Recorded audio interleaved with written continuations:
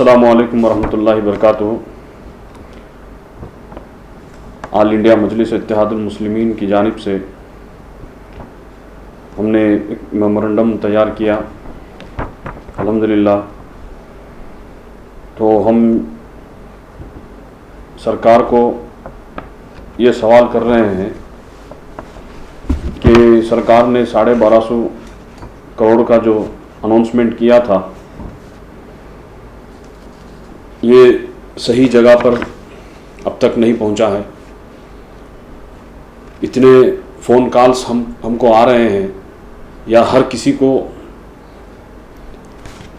Call आ सकते हैं, किसी को भी इसकी नॉलेज है कि आज जो पेंडेमिक के अंदर इंसानियत के ऊपर जो हालात चल रहे हैं बहुत से बद से बदतर हालात हो गए हैं।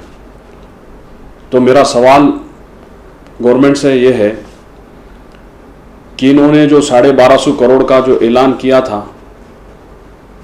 अब तक कितनों को इन्होंने पहुंचाया है, इसका कोई डेटा अब तक इन्होंने नहीं दिखाया। सिर्फ अनाउंसमेंट से कुछ भी नहीं होता, ग्राउंड रियलिटी मैदान में उतर कर देखेंगे तब मालूम होगा। तो हम लोग जो है पेंडेमिक में पिछले साल से हम काम करते आ रहे हैं, तो इस बार जो है 1250, पिछली बार भी जो है 2000 करोड़ का जो है अनाउंसमेंट किया, अब तक उसका हिसाब इन्होंने नहीं दिखाया। कहाँ गया पैसा, किसको कौन उसको कहाँ पर यूटिलाइज किया, ये पब्लिक को पागल बना रहे हैं। बस पब्लिक को पब्लिक में ऐलान कर देना ये नहीं होता, काम करना, असल काम के तरीके से काम करेंगे, प्लानिंग से काम करेंगे तो काम होता है। जैसे कि देखिए अली जनाब बैरिस्टर असदुद्दीन ओवैसी साहब, इम्तियाज़ जलील साहब जो पार्लियामेंट मेंबर ऑफ पार्लियामेंट हैं, इन्होंने इस पर जो है कई बार इन्होंने पार्लियामेंट में आवाज़ भी उठाई है और बाकायदा हैदराबाद के अंदर, तेलंगाना के अंदर प्लानिंग से इन्होंने काम किया है। चाहे वो ऑक्सीजन हो, चाहे वैक्सीन हो, चाहे राशन हो, हर चीज़ पर जो है प्लानिंग से काम कर रहे हैं। मैं चाहता हूं ये गवर्नमेंट को अगर ये काम करना नहीं आता, मुस्तहिक लोगों को इनको पहुंचाने के लिए इनकी ताकत नहीं है, कम से कम असदुद्दीन ओवैसी साहब के पास कुछ सीख ले, कुछ पूछ ले, वो बता देंगे कि काम कैसे किया जाता है। इनके पास कुछ भी प्लानिंग नहीं है, सिर्फ अनाउंसमेंट करना वही सीखे हैं। बस ये अनाउंसमेंट से कुछ नहीं होता। कहां गया पैसा, कहां गया, सिर्फ अनाउंसमेंट कर दिए तो गरीब आज भी मर रहा है। चिता को जलाने के लिए लकड़ी नहीं है, दफनाने के लिए ये कब्रिस्तानों के अंदर इंतजाम नहीं है, एम्बुलेंस नहीं है, हर चीज पर शॉर्टेज है। तो ये सारे चीजें जो है हम जो है यहां पर हम नजर आ रहे हैं, देख रहे हैं हम लोग, ये बात पूरी आवाम जानती है। तो इसके लिए हमारी यही एक आजिज़ाना गुजारिश है कि इस पर गौर व फिक्र किया जाए, जो मुस्तहिक अहबाब हैं उन तक जो है राशन पहुंचाया जाए, जो ज़रूरतमंद हैं, जो हमाली का काम करते हैं, डेली वेजेस में जो काम करते हैं, ये सारे इन गरीबों के लिए सरकार ने क्या इक़दाम उठाया है। तो इसके लिए हम यही कहेंगे कि इस पर गौर व फिक्र करके जो है सरकार को चाहिए कि जो ज़रूरतमंद है उसको जो है राशन पहुंचाए। हमें तो भरोसा नहीं है, पिछली बार जो 20,000 करोड़ का जो इन्होंने ऐलान किया था वो अब तक भी आने पर ही रह गया है, पता नहीं उसका डेटा भी अब तक नहीं दिया। इस बार भी हमको भरोसा नहीं है कि 12,500 करोड़ का जो इन्होंने ऐलान किया है ये गरीबों तक पहुंचेगा या मुस्तहिक आदमियों तक पहुंचेगा।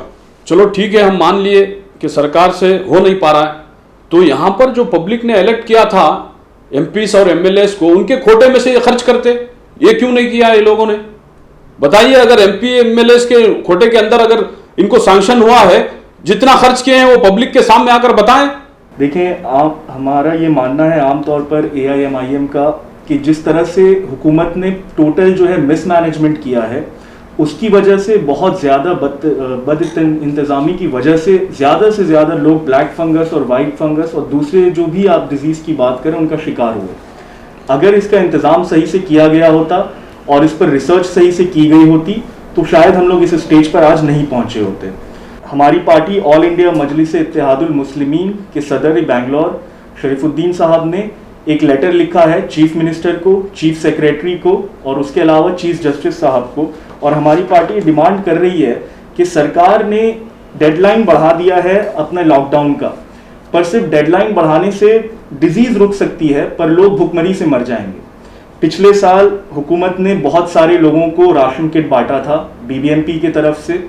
इस बार हम रिक्वेस्ट कर रहे हैं कि वापस से हुकूमत उन लोगों को जो लोअर इनकम फैमिलीज हैं और बहुत सारे मिडिल इनकम फैमिलीज भी हैं जो अभी माली हालत से बहुत ख़राब हो चुकी है उनकी, तो सरकार उनको आइडेंटिफाई कर तुरंत राशन किट्स डिस्ट्रीब्यूट करे।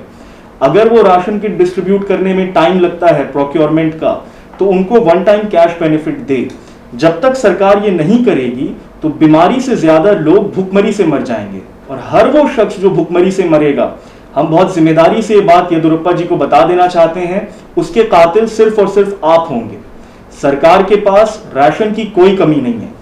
हमारे पास हो सकता है ऑक्सीजन की और रेमडेसिविर की और दूसरी दवाओं की कमी है, वैक्सीन की कमी है, पर यह राशन सरकार चाहे तो रातों रात खरीद सकती है, और इसका डिस्ट्रीब्यूशन चैनल बहुत बढ़िया हमने देखा है, पिछले साल डिस्ट्रीब्यूट हुआ था। तो जिन जिन लोगों को पिछले साल मिला था उनको पहले राशन दिया जाए और आइडेंटिफाई किया जाए उन लोगों को जिनको इसकी जरूरत है। सरकार ने जो 1200 करोड़ का ऐलान किया है उसके अंदर वो फ्लावर वेंडर्स को, वेजिटेबल वेंडर्स को, ऑटो ड्राइवर्स को, टैक्सी ड्राइवर्स को, उसके अलावा जो BOCW में जो माइग्रेंट वर्कर्स और कंस्ट्रक्शन वर्कर्स आते हैं उनको देने का फैसला किया है।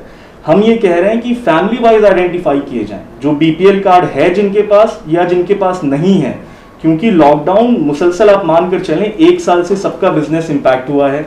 कई सारे लोगों की जिनकी नौकरियां थी वो नौकरियां खत्म हो गई, तो आज की डेट में लोगों को खाने की बहुत बड़ी प्रॉब्लम है। ये चीजें सरकार को पता चलती अगर वो एसी रूम से ना बैठकर रोडों पर आकर जनता के बीच में काम करते, पर अफसोस है कि जनता के बीच में सरकार ने सिर्फ पुलिस छोड़ दिया है जो उन्हें लाठियां मार रही है। 1250 करोड़ जो सरकार ने बजट निकाला है उसके अंदर वो कह रहे हैं कि हम टेलर को, बार्बर्स को या जो लोग अनरिकॉग्नाइज्ड में हैं उनको, डोमेस्टिक वर्कर्स को, सबको देंगे। पर ये बात सरकार भी बहुत अच्छी तरह जानती है और ब्यूरोक्रेसी भी अच्छी तरह जानती है कि 10% से ज्यादा लोग उसमें रजिस्टर्ड नहीं हैं, उनका रजिस्ट्रेशन नहीं हुआ है। तो हम सरकार से ये भी रिक्वेस्ट कर रहे हैं कि सरकार एक सिंगल विंडो खोले जहां पर लोग सेल्फ रजिस्ट्रेशन कर पाएं। वो ऑनलाइन किया जा सकता है और सरकार सेल्फ रजिस्ट्रेशन उन लोगों का कराए जो छूट गए हैं। मान लीजिए बहुत सारे टेलर हैं, बहुत सारे टैक्सी ड्राइवर्स हैं, बिल्डिंग एंड कंस्ट्रक्शन वर्कर्स हैं, उन लोगों के पास उनका रजिस्ट्रेशन अभी नहीं हुआ है, तो उनका रजिस्ट्रेशन सरकार करने की वो कोशिश करे। उसके बारे में सरकार ने बात ही नहीं करी। तो अगर हम सिर्फ उस पर चले जाएंगे जिनका रजिस्टर्ड है तो शायद हम 10% मुस्तहिक लोगों को भी कवर नहीं कर पाएंगे। देखिए, अभी हमने एक इनिशिएटिव लिया है, जैसे कि हमारे साथियों ने अभी बताया आपको, रेशन का जो मसला है, अभी सरकार ने एक पैकेज अनाउंस किया जिसका जो पैकेज था 1250 करोड़ का। अब ये कहाँ तक इस 1250 करोड़ जो खर्च करने का इन लोगों ने पैकेज जो बनाया, प्लान किया है, ये कहाँ तक इसको अप्लाई किया है। लॉकडाउन के 15 दिन ख़त्म हो चुके हैं, अमूमन 15-20 दिन हो चुके हैं लॉकडाउन आके लोगों की तकलीफ़ बढ़ती जा रही है। ये पैसा कब आएगा लोगों को, ये पैसा आएगा कब? ये चीज़ें जिनमें इन लोगों ने ऑटो ड्राइवर्स का नाम लिखा है, वेजिटेबल्स वेंडर्स का लिखा है, टैक्सी ड्राइवर्स का लिखा है, और इसमें क्लॉजेस क्या है आपने किसी ने पढ़ा है उसके बारे में? एक ऑटो ड्राइवर, आज बेंगलोर शहर में करीबन 2 लाख ऑटो ड्राइवर्स हैं, 2 से 3 लाख है एक्चुअली। 2 लाख तो सिर्फ ऑटो है, लेकिन 3 लाख ऑटो ड्राइवर्स हैं। अब कई सारों के पास उनके खुद के ऑटो नहीं होते, वो किराए के लेके चलाते हैं। अब जिसको पैसा चाहिए उसको रजिस्टर करना, उसको ऑटो का रजिस्ट्रेशन दिखाना पड़ेगा कि वो उसके पास ऑटो है बोल के। अब जो बंदे के पास ऑटो नहीं है, सिर्फ लाइसेंस है, वो क्या करेगा? वो तो किराए का ऑटो लेके चला रहा है, अब उसको कहां से मिलेगा? अब सबसे ज्यादा मुस्तहिक तो वो रहेगा ना जिसके पास ऑटो, खुद का ऑटो भी नहीं है, ना कार है। टैक्सी ड्राइवरों का भी ये हाल है। वेजिटेबल्स वेंडर्स को आप कैसे रिकॉग्नाइज करोगे? आपने यहां तक के लेबर कार्ड्स नहीं दिया लेबर्स को बराबर से। आज पूरी तरह से अगर आप देखें, आज बेंगलोर शहर में वो लोकल लेबर्स हो या माइग्रेंट लेबर हो, किसी के पास बराबर करना, उनके पास उनको कोई फैसिलिटी नहीं है गवर्नमेंट से। लेबर मिनिस्ट्री कुछ कर ही नहीं रही उनके लिए। ये कौन देगा? ये तो अहम बात यह है ना, इतनी गरीबी है, आज सिर्फ और सिर्फ आप बीपीएल कार्ड वालों को राशन बांटोगे। बीपीएल कार्ड नहीं है वो क्या करेगा गरीब? अगर कोई गरीब है, माइग्रेंट है, या कोई किसी ने 1-2 साल पहले आके बैंगलोर में शिफ्ट हुआ है, उसका परिवार है, गरीब आदमी है, वो क्या करेगा? उसको कौन रिकॉग्नाइज करेगा? तो जैसे हमारे जिया भाई ने बताया, हमारे सदर साहब ने बताया, तो इसके लिए पोर्टल बनाना चाहिए इन लोगों को, या ऑनलाइन बनाइए। आप लोगों में गली गली आपने मार्शल रख दिया, गली गली पे मार्शल रख दिया, किस काम के लिए? सिर्फ फाइन कलेक्ट करने के लिए। उसी मार्शल को आप ये सारे चीजें सेंसस कराने के लिए इस्तेमाल करते, या बरियल ग्राउंड में उनको जलाने के वास्ते या किसी को दफनाने के वास्ते इस्तेमाल कर सकते थे। सबसे ज्यादा आज की तारीख में सेंसस करना चाहिए था इन लोगों को कि कहां पर गरीबी है, गुर्बती है। उस जगह कुछ कर नहीं रहे, इसीलिए हम लोग आज आगे बढ़कर हमारे सदर साहब ने आज चीफ जस्टिस को लेटर लिखा हुआ है, हमने कल ही लिखा है, ये लेटर हमने कल बाई मेल भेज दिया है। अब उनको हमने रिक्वेस्ट किया है मिलने के लिए, अब वो जैसे हमें इजाजत देंगे हम पर इन पर्सन पे जाके हम उनको सबमिट करेंगे। हमने पोस्ट भी कर दिया है लेटर उनको, तो जब वो देंगे तो हम इंशाल्लाह जाएंगे, बताएंगे इनको कि क्या असल जरूरत है जमीनी स्तर पर। जमीनी चीज को जानते ही नहीं है लोग। वहां पे बैठते हैं, विधानसभा में बैठ के, कृष्णा में बैठ के डिस्कशन करके, हॉस्पिटलों में बैठ के डिस्कशन करके, ये लोग कुछ जैसे मना वैसा कर दिया। 12,500 करोड़ का जो अनाउंसमेंट हुआ, कितने दिन हो गया, कितने लोगों को पैसा पहुंचा? कोई है इसका जवाब? कोई ऑटो ड्राइवर को आज तक एक पैसा मिला है? जाइए लाइए प्रूफ। मैं अगर एक ऑटो ड्राइवर को देंगे तो हम 10 को दे देंगे बाद में। किसी को नहीं मिला अभी तक। ये प्रोसेस जब तक चलेगा तब तक लॉकडाउन खत्म हो जाएगा, बोलेंगे अब खुल गया, अब जाओ पैकेज। जैसे वो 20 लाख करोड़ का पैकेज आया था ना, वो जो हमारे है ना साहब जो शहंशाह बन के जो बैठे हैं, वो 20 लाख करोड़ का पैकेज दिए थे ना, कहां गया? क्यों भाई?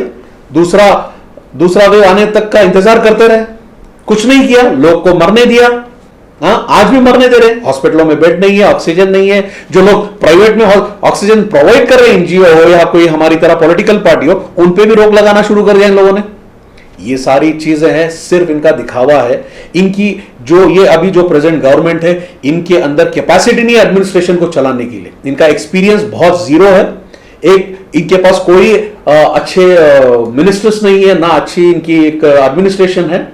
ये लोग सिर्फ और सिर्फ स्टेट को, बेंगलोर शहर को, जो शहर दुनिया में जाना जाता है, शहर अपनी आईटी के लिए, अपनी टेक्नोलॉजी के लिए, आज उसकी हालत क्या है? ये टेक्नोलॉजी का, स्टार्टअप का, टेक्नोलॉजी का, आईटी का हब बताते हैं जिस शहर को, वो आज कहां है?